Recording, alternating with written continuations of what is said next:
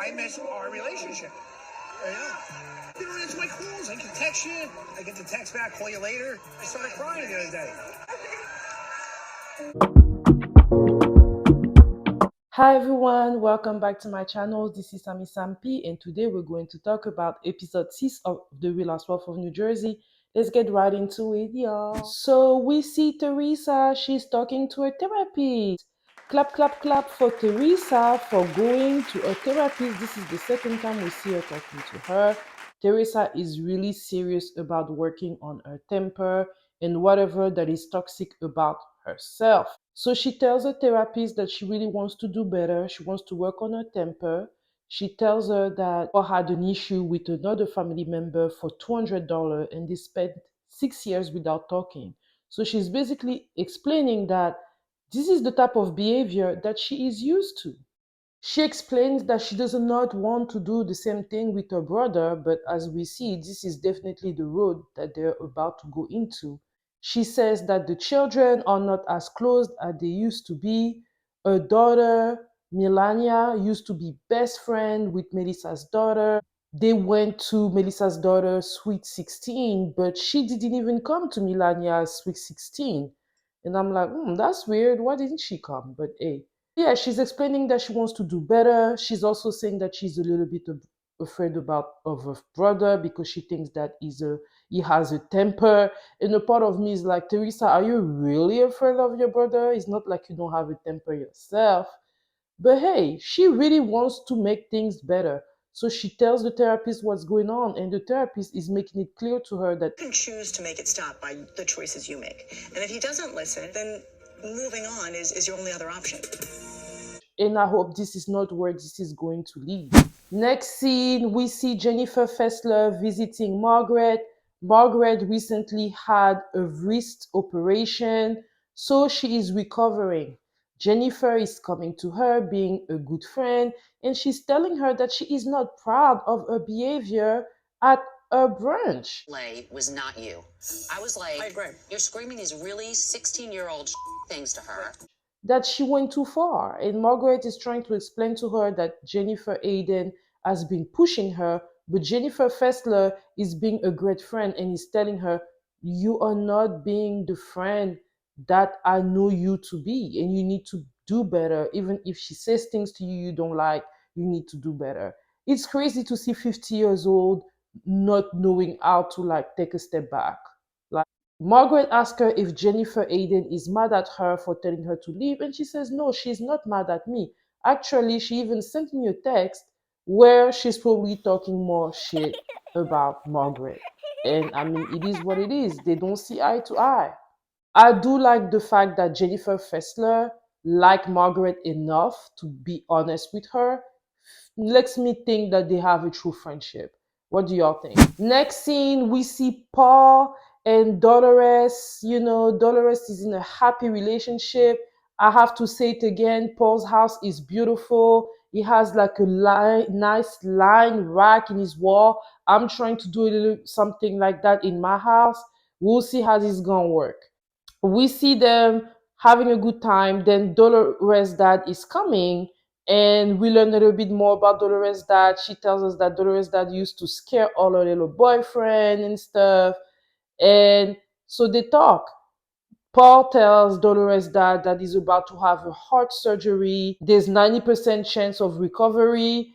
So I'm like, okay, well, I hope, it's going to be okay. Then Dolores and her dad, they go and walk the dog and they have a conversation. Dolores' dad is telling her that he sees how happy she is, and she's telling him that she is so happy in the relationship that she is in. She doesn't want to jeopardize that, and that's why she had to take a step back from Franck. And she's basically saying that she gave 20, 30 years to Franck and what they had, their family, and it's time for her to think about herself. And I'm like, yeah, girl, think about yourself. It's crazy because I think Franck cheated on her and really was not a good husband to her. And she was able to work out the relationship with him and still able to co-parent and almost become best of friends. She said that they basically nothing changed in their relationship outside of the fact that they were not intimate anymore. And I'm like, yeah. So basically, Franck was getting the best at home for all those years, but still could go and fuck other ladies without having any expectation from them. And I think this is crazy. And I'm happy that Dolores is now in a relationship with a man that wants to be the only man in her life in that way, because really she was still married with Franck, really. It's just that they were not having sex. So yeah, I'm happy for Dolores, and I'm happy that she even is able to see that it is time for her to be in a serious relationship and that there needs to be new boundaries with Franck. I love that. Love that she is so level minded. I have great appreciation for Dolores, and I really hope that a relationship with Paul is going to work out. Next scene, we have Joe, Melissa, Rachel, her husband, Franck and his girlfriend. They're all meeting, to like get ready for the softball game that Dolores is organizing for a foundation. They do that every year. And so yeah, so they're training for it, they're training, they want to make sure that they're going to do a good job, but the training is showing that they're gonna need more than one session before that game, but it seems like the game is the next day. So wow, they're doing pretty bad, y'all. When they're all sitting down and everything, Rachel is telling Melissa what Jennifer told her about Margaret. And she's basically saying that Jennifer and Teresa told her to basically. And they were giving me warnings about like being friends with Margaret. Teresa actually specifically said it's better to have Margaret as a friend than an enemy. So Melissa was offended, and for some reason, she started talking about. Can't stand Margaret. She can't stand me, and she can't stand him, and that's a fact. And that's why I'm not rolling with like the whole fake parade that's been happening. Agreed. And I'm like, it is not about you, Melissa. Why are you making it about you? Teresa and Margaret openly had issue with each other, and they're literally working on their relationship. It doesn't mean that Teresa doesn't think what she thinks. I actually kind of appreciate Teresa telling her, hey, just be careful because this is what she did to me. She may not do it to you, but just be careful. It doesn't mean she's a bad person. Anybody can go back and watch the show. Like, I don't think that what Teresa said about Margaret was that bad. Let me all know in the comment. I just felt that at this point, Melissa is just looking for any reason to talk about Teresa. I could have said, oh, okay, well, I disagree, and that's it. But then she made it about herself, and Joe agreed with her. And I'm like, yeah, they're not trying to move on in their relationship with Teresa, but I'm at a level where I feel like they just want to keep fighting for the show. And y'all know my opinion about that. And the more episodes we see, the more I feel the way I feel. Next scene, we have Dolores softball game. Everybody is coming in, and Dolores is telling us that they're also going to be selling the calendar. And she is showing them the final results, and the women are so proud of their husband because they feel like they're looking sexy. The ladies are coming in, and then at some point when Daniel comes in, they're all talking, and Daniel tells her that Teresa basically told her that it's better to have Margaret as a friend than an enemy. And from there it became a whole thing. And this is how I feel about it. I feel like Daniel could have kept it to herself, but then at the end of the day, everybody has to be able to bring in some drama, I guess. But I don't think that this was enough for Margaret to be mad. You know what I mean? Like, y'all know this where you're at in your relationship with Teresa. So her saying that to Danielle shouldn't really shock you. You know what I mean? Like, I don't even think she said anything bad. She said it's better to be your friend than your enemy, right? Which means that you're ruthless. So she's actually giving her good advices so that people don't come and fight with you. But it doesn't matter what Teresa said is going to be taken negatively, and this is what happens. Jennifer comes with her husband. Teresa comes. We see a brother saying that Lou and Teresa coming. Come over here, Joey. Is going the other way. And I was like, oh yeah, he is not trying to be around them. He even took his son. I was like, let's go. And then when Teresa came, Melissa was actually talking to her. They were talking to each other like nothing. Did you see it? No, I'm dying to see it. Wait, this is amazing. They were looking at the calendar. Then when Joe saw that everything is fine, he came. And I was like, they're doing the most. Like, seriously, Joe is doing the most. He is giving me drama queen, hypocrite. I am very surprised to see a man act this way. You knew your sister was going to be there, and at this point, you're doing this for the camera to see. That was really sad. The game is moving along. At first, they're doing pretty bad, but then thank God they have like young kids with energy that are there to save the game. Then at some point, we see Joe and Melissa's son. He did a good job. Teresa's daughter call him. They give him a hug. They talk and everything. And then Joe calls him. I don't have much to say about it. All I can say was that whenever we saw the preview, production made it look like Joe didn't really want his son to talk to Teresa and her cousin.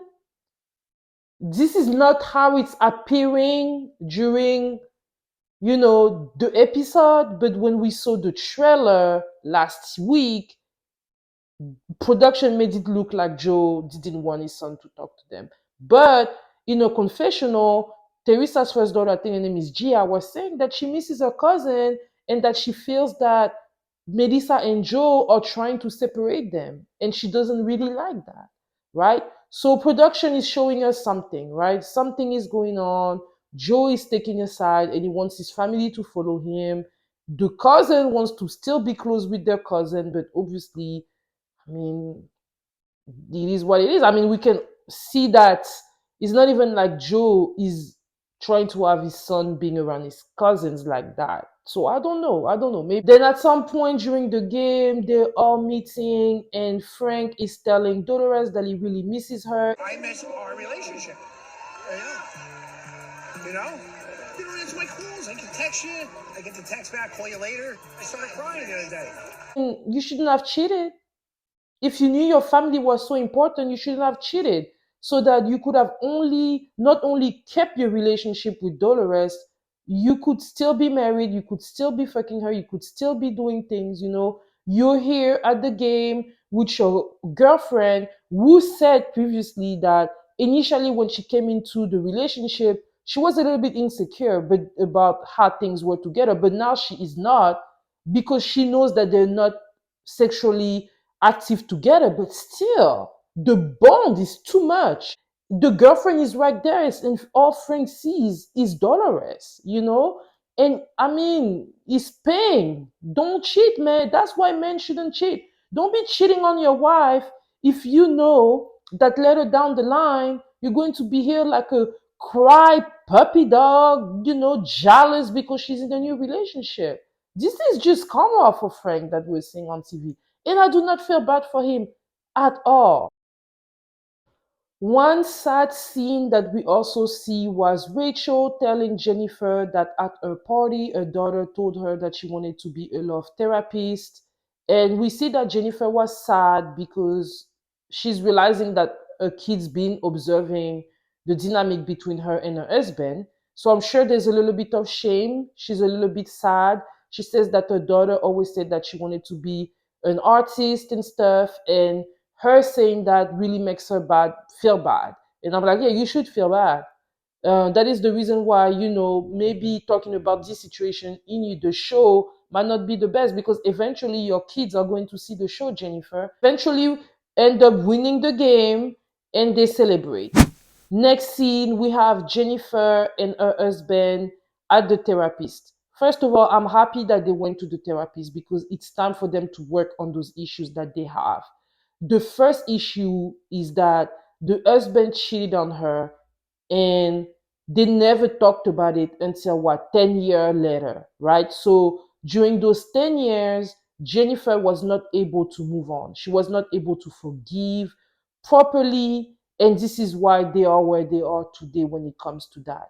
I do think that Jennifer needs to heal. It was 10 years ago. If her husband has not cheated again, I believe that she should really make the decision to forgive him once and for all, and hopefully, not go back to that stage.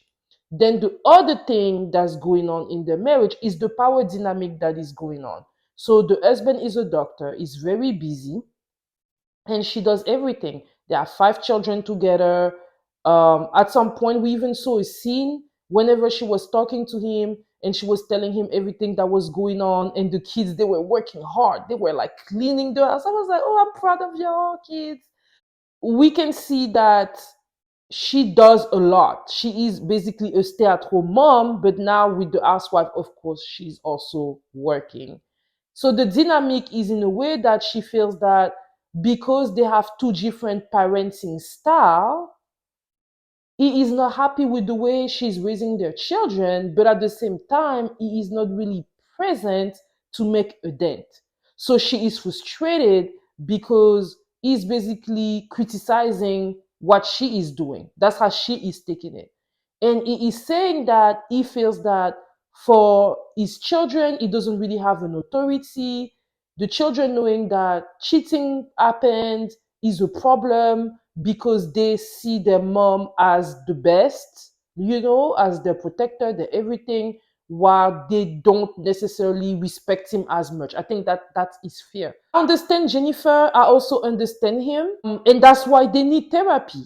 That's why they need therapy. So them being at the therapist, I think, is the best decision they could have made for their marriage, because if they're very serious about it, the therapist is going to give them the proper tool for them to be able to navigate those issues.